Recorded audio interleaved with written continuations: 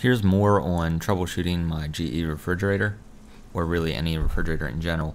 So I started by Google searching the model number and the problem. So I had a GTS 18 and I searched for not cooling. And from there I quickly advanced to searching for the technical service manual or the technical service guide. So I just searched for GE GTS 18 technical service manual and I came up with this document. So here we go, we have the GE Technical Service Guide for the GTS refrigerators. We scroll down and it gives you performance guidelines. Then we have nomenclature, so in mine it's the GTS, it's a GE top freezer, standard depth, 18 cubic foot refrigerator. I didn't bother decoding the rest of it. And we come down and it tells you how the refrigerator is supposed to operate normally, and where the different component locations are. Then we come down and it will tell you how to disassemble your refrigerator. And I think this is a little backwards myself, but we go through here and it tells you the different component locations and how to take things apart properly. In my case, we're actually going to be concentrating on the defrost control right here, which is located inside the temperature control console right here. So I'm going to go a little bit further, kind of skip through some of the stuff. Another good area to look at is the back of your freezer compartment. This comes apart and behind it is the, I believe it's the evaporator. And inside of there you also have your defrost thermostat and your defrost heater. Those are also common problems and they're very cheap to fix. So we scroll down and eventually we get to the troubleshooting section. The troubleshooting section on some of these manuals is very good and they give you a nice flow chart. On other ones like this one is not so good, because here we go, the first thing I think of is the compressor does not operate. However, my actual problem isn't listed here. We can also look at low or no cooling. Yeah, so you know what, I don't have any cooling, right? And what do we have? Compressor does not operate. Check it here. Condenser fan does not operate. Evaporator fan does not operate. Evaporator is frosted. Nope. Actually works in my case. So kind of read through all this stuff. And eventually right here we have defrost system check. This is actually the part that applies to my specific problem, and it's a very common problem. Here we go. So in my 17 to 18 cubic foot model, the defrost control is supposed to kick in after 15 hours of compressor use, and it will basically keep the system from operating for a time of 34 minutes. At least I think that's what that says. So we can read this section. The automatic defrost function is controlled by the defrost control. The defrost control contains a motor/cam mechanism that switches the defrost control between defrost mode and cooling mode. The defrost motor control motor/cam mechanism operates only when the temperature control switch is closed. After 15 hours of motor cam mechanism runtime in cooling mode, the defrost control switches to defrost mode. The defrost control will stay in defrost mode, providing 115 volts to the heater for 34 minutes of motor/cam mechanism runtime. The defrost thermostat switch is mounted on the evaporator, and when closed completes the neutral side of the defrost heater circuit. The defrost thermostat switch opens when the evaporator temperature raises to 64 degrees Fahrenheit and closes when the evaporator temperature lowers to 23 degrees Fahrenheit.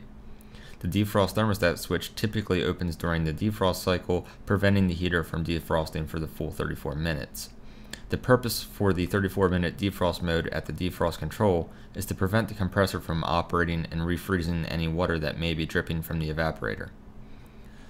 So what typically happens in these modern refrigerators and freezers is that the evaporator is up top. It's got a bunch of fins in it, and it blows air through the evaporator into the freezer compartment, and then there's a flap in the back that blows some air down to the refrigerator compartment.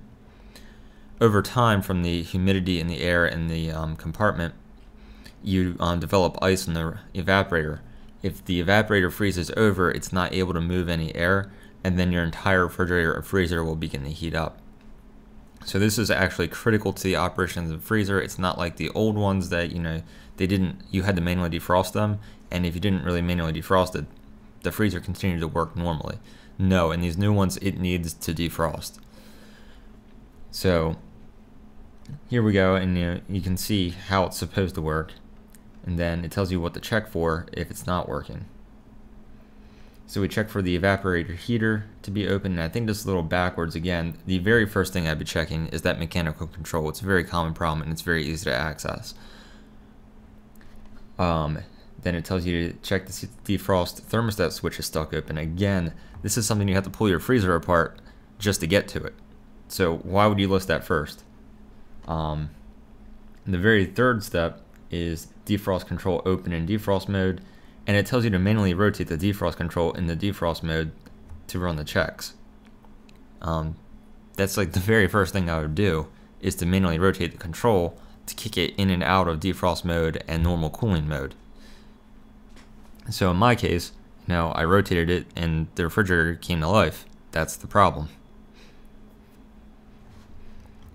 Anyway, here's a nice flow chart for refrigeration system check. This is probably more if you actually are a service tech, because now we're getting into the actual cooling system, and this requires specialized equipment. And finally, it tells you where the component locations are with a nice labeled picture.